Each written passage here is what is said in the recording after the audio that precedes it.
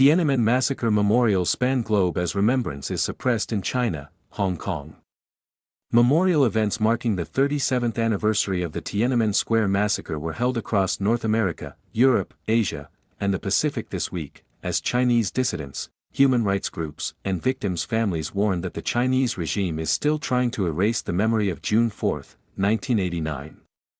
The events included street marches in New York, rallies outside Chinese diplomatic sites in Los Angeles and Washington, candlelight vigils in Toronto and Auckland, memorial events in Taipei and Tokyo, and online gatherings linking activists in multiple countries.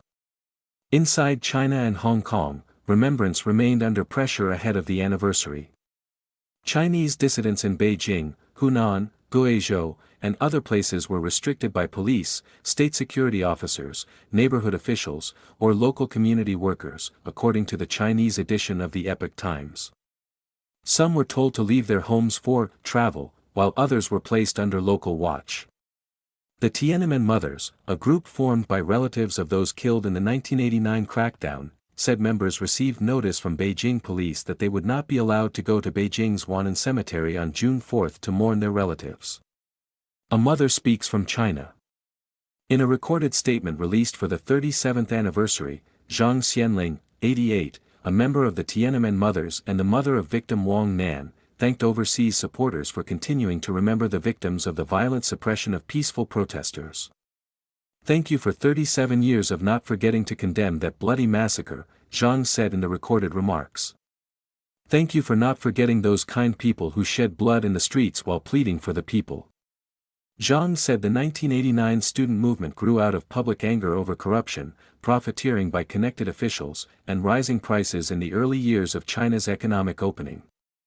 Students stood up resolutely, using nonviolent demonstrations to urge the authorities to fight corruption, Zhang said. Instead, officials deployed troops, armored vehicles, and live ammunition against peaceful students and civilians, she said.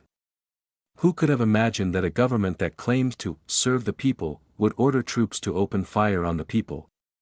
Zhang said victims' families would continue demanding the truth, justice, accountability, apology, and compensation. As victims' families, we must speak the truth, refuse to forget, seek justice, and call for conscience. New York events draw marchers, exhibits. The New York branch of the China Democracy Party organized a June 2 march in Midtown Manhattan, with hundreds of participants calling for the massacre not to be forgotten. Marchers shouted slogans including, "Do not forget June 4" and "Down with the Chinese Communist Party."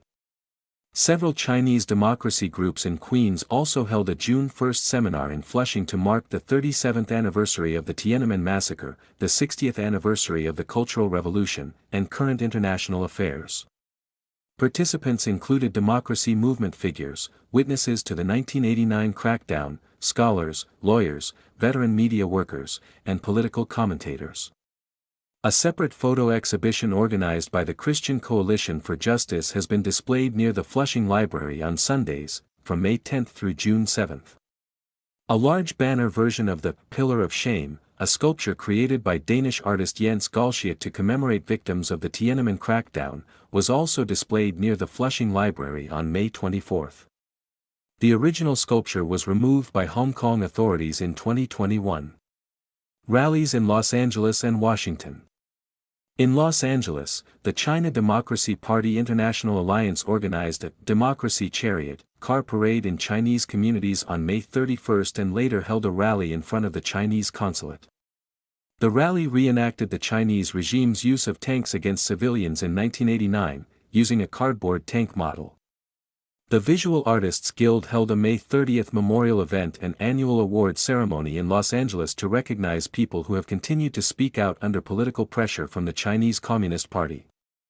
In Washington, the National Committee of the China Democracy Party, the Independent Federation of Chinese Students and Scholars, the Wei Jingsheng Foundation, and other groups held a rally and march outside the Chinese embassy on May 30.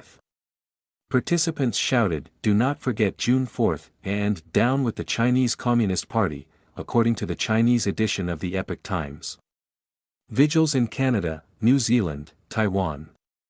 In Toronto, the Toronto Association for Democracy in China held a Concert for Freedom and Candlelight Vigil at Last Man Square in North York on May 30, drawing hundreds of participants from multiple ethnic communities. In Auckland, the New Zealand June 4 Memorial Committee held a photo exhibition at Aotea Square on June 1, followed by an afternoon seminar at the Ellen Melville Centre and an evening candlelight vigil at the June 4 Memorial outside St. Andrew's Presbyterian Church. In Taipei, 31 Taiwanese and international civil society groups announced this year's memorial series under the theme, Memory Without Borders, Resistance Without Borders. The groups planned a June 4 candlelight vigil at Chiang Kai-shek Memorial Hall, along with a democracy market and human rights photography exhibitions.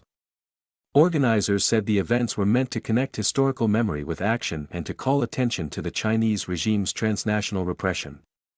Hong Kong's vigil space narrows. Hong Kong's Victoria Park once drew large crowds for annual June 4 candlelight vigils. That public memorial tradition has been shut down since 2020, first under pandemic restrictions and later under Hong Kong's post-2019 political crackdown. In recent years, Victoria Park has hosted a hometown market event around the anniversary, while police have blocked attempts by residents to mark June 4. On June 3, performance artist Chen Shirsen, known as Sanmu, was stopped by plainclothes police in Causeway Bay while holding a 6.4-meter red cord, according to Human Rights in China. Artist Chan Meitung was also stopped and searched after appearing outside the Sogo department store with a question-mark-shaped foil balloon. Tong Nga Quan, a former standing committee member of the now disbanded Hong Kong Alliance in support of patriotic democratic movements of China, went to the fenced area outside Victoria Park soccer fields on June 3 and read the names of 202 victims recorded by the Tiananmen mothers. Tokyo, Europe, and other cities. Memorial events were also held in Tokyo, where participants gathered at Waseda Hoshian on June 3 for a rally, candlelight vigil, and photo exhibition. Wu Erkaishi, a former Tiananmen student leader, said at the Tokyo event that Japan should move beyond a China policy centered mainly on economic interests and stand more clearly with freedom, democracy, and human rights. Other events were held or scheduled in Vancouver, Britain, Australia, Germany, Taiwan, and several U.S. cities. Multiple Chinese democracy groups also held a global online conference on June 3, with a central venue in Brussels.